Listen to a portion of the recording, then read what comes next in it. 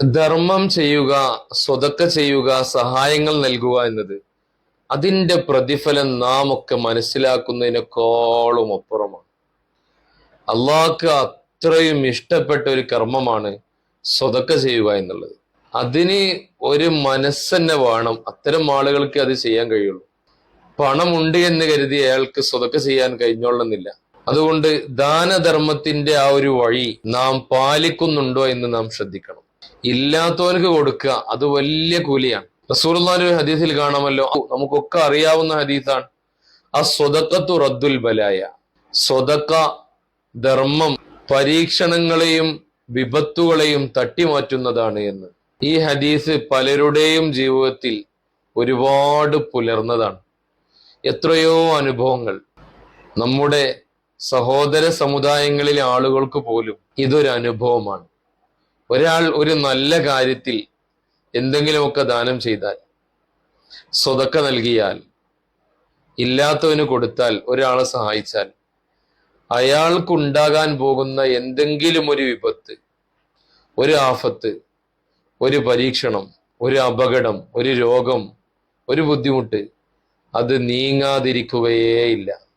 പല മഹാന്മാരുടെയും ഗ്രന്ഥങ്ങളിലൊക്കെ കാണാം, ഒരാൾ ഒരു സ്വതക്ക നൽകിയാൽ ആ സ്വതക്ക കാരണം 70 പ്രയാസങ്ങൾ അള്ളാഹു തട്ടിമാറ്റുമെന്ന്. അതുകൊണ്ട് സ്വതക്ക നാം നന്നായി ശ്രദ്ധിക്കണം. പ്രത്യേകിച്ച് ഓരോ ദിവസവും സ്വതക്ക നൽകാൻ കഴിഞ്ഞാൽ, ദിവസവും എന്തെങ്കിലും സ്വതക്ക ചെയ്യാം. അത് കഴിയുന്നതും രാവിലെ തന്നെ ചെയ്യാം. അതിന് വലിയ കൂലിയാണ്. അള്ളാഹ്ക്ക് വലിയ ഇഷ്ടമാണ് രാവിലെ തന്നെ സ്വതക്ക നൽകാൻ. രാവിലെ പ്രഭാതത്തിൽ നേരം പുലർന്ന ഉടനെ, ചിലപ്പോൾ സ്വതക്ക ചെയ്യാൻ ഒരാളെ കിട്ടിയില്ല എങ്കിൽ, കൈമാറ്റം ചെയ്യാൻ ഒരാളെ ലഭിച്ചില്ല എങ്കിൽ, ഇന്നത്തെ ദിവസത്തെ എന്റെ സ്വതക്കയാണ് എന്ന് പറഞ്ഞ് രാവിലെ തന്നെ അതിലേക്ക് എന്തെങ്കിലും ഒരു സംഖ്യ മാറ്റിവെക്കുക. ഒരാൾക്കൊരു 10 രൂപയാണെങ്കിൽ കഴിയുന്നത് ആ 10 രൂപ മാറ്റിവെക്കുക.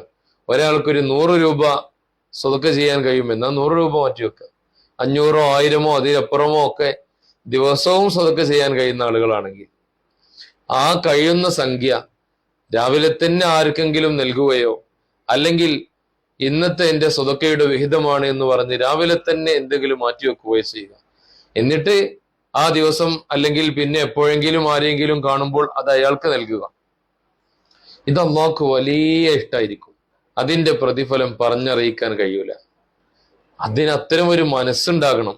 നല്ല മനസ്സുള്ളവർക്കേ അത് ചെയ്യാൻ കഴിയുള്ളൂ. അള്ളാഹു തൗഫീഖ് നൽകട്ടെ. അസ്സലാമു അലൈക്കും വറഹ്മത്തുള്ളാഹി. اللهم صل على سيدنا محمد وعلى آله وصحبه وسلم.